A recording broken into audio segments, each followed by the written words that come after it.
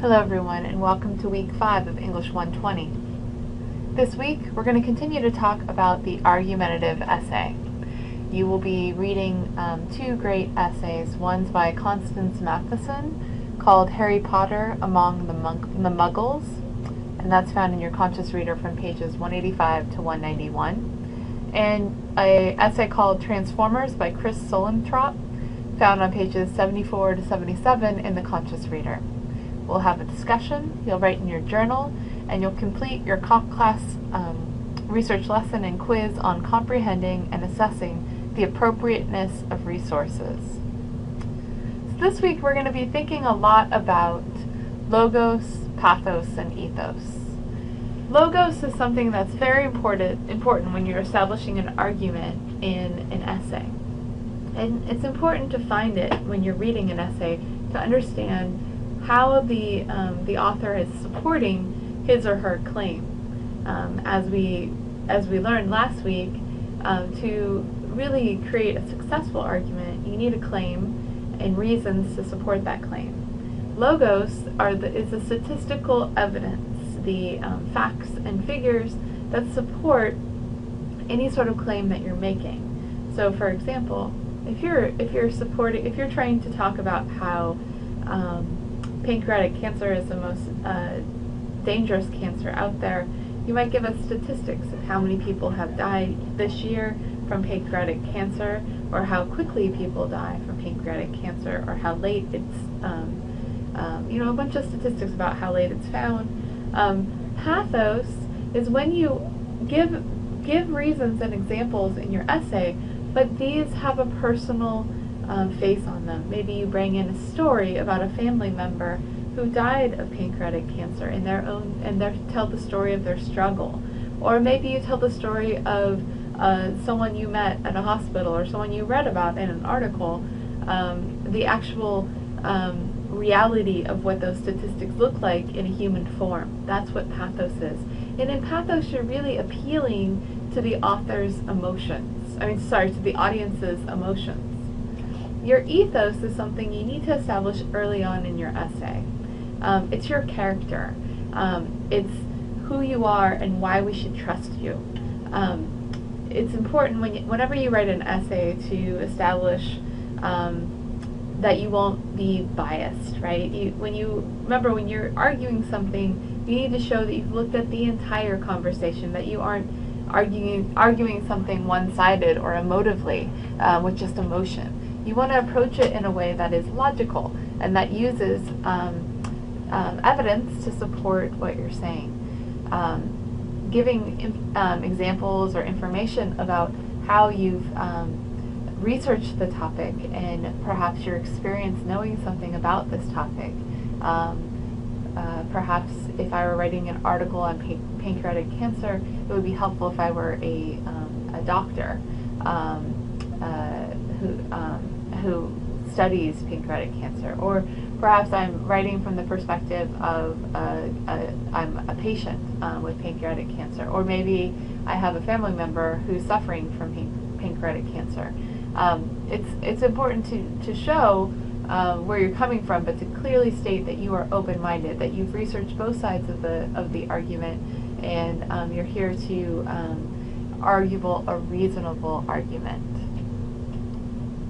So today we're really going to be thinking through logos, pathos, and ethos in our conversation. But before we get to that, I do want to remind you that by Wednesday at 11:59 p.m. tomorrow, according to me, I'm recording this a day in advance. Today, if you're watching this first thing when it comes into your inbox, you need to turn in the final draft of your writing assignment number 1. This is a 3 to 4 page essay where you write about your own reaction to a theme or main idea found in Sontag's essay.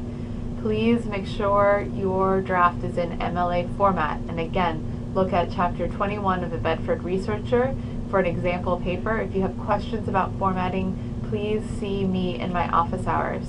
I do have office hours tomorrow from 1:55 until 3 o'clock.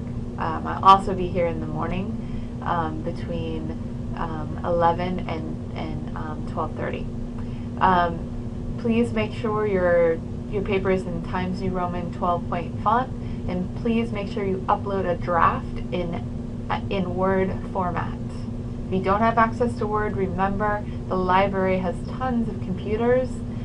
You can go in there, hopefully some of you saw it yesterday, you can go in there and you can upload your own, you can go in there and use their computers if you need to write your paper or to format your paper in Word. Just a reminder of what the academic structure is. This is how I expect you to write your paper. Begin with an introduction, reintroduce your topic and state your thesis. Write several body paragraphs where you develop subtopics to prove your thesis. Each body paragraph should clearly cover a subtopic and relate the subtopic back to your thesis. And each subtopic should be supported with ample evidence. Conclusion, tell us how you've proven your thesis, and tell us what the readers gain by reading your paper, and let us know how your paper relates to a larger purpose. All right, finally, our conversation this week. While you read Matheson's article, Harry Potter and Divorce Among the Muggles, and Chris Solentrop's essay, Transformers, I want you to think about what topics are being discussed in these articles and how each author is doing the following things, okay? How are they appealing to logic? That means how are they using logos? See the similarity, logic and logos, easy way to remember it. Give examples of how she is using statistics and facts to strengthen his or her argument. Then I want you to tell me how each author is appealing to emotions, using pathos. Give examples of how he or she is using real examples with people in them to strengthen his or her argument. And then I want you to tell us how each author is presenting themselves as an expert to be trusted on the subject being discussed. What makes this author an expert on the subject? And is this author biased or trustworthy? And how do you know? Then finally, after you've done all that, I'd like you to tell us whether you think Matheson and Solentrop are successful in their arguments, and tell us why or why not, based on logos, pathos, and ethos. As usual, your posts are due by Saturday at 11:59 p.m. I have been sending out courtesy notices to remind you. I hope this helps. Also, please don't wait until Tuesday at 11:59 p.m. to respond to your peers' posts. It's a lot more fun if you guys interact with one another within this environment. So please continue to do the great work that you're doing in the conversations and talk to each other. All right, finally, for week 5, your reflections are going to be about your library visit. Some of you were there in person last week for the library visit, and some of you have made arrangements to meet with Stephanie Gross on your own. Please make sure that you do so before the end of this week. You'll need to write a reflection based on your library visit. Talk about what you learned by doing, what did you learn about doing research at a college library where you're there, and how do you plan on using our library for your research project. Your comp class this week, you need to complete the research lesson and quiz on comprehending and assessing the appropriateness of resources. All right, that's it for this week.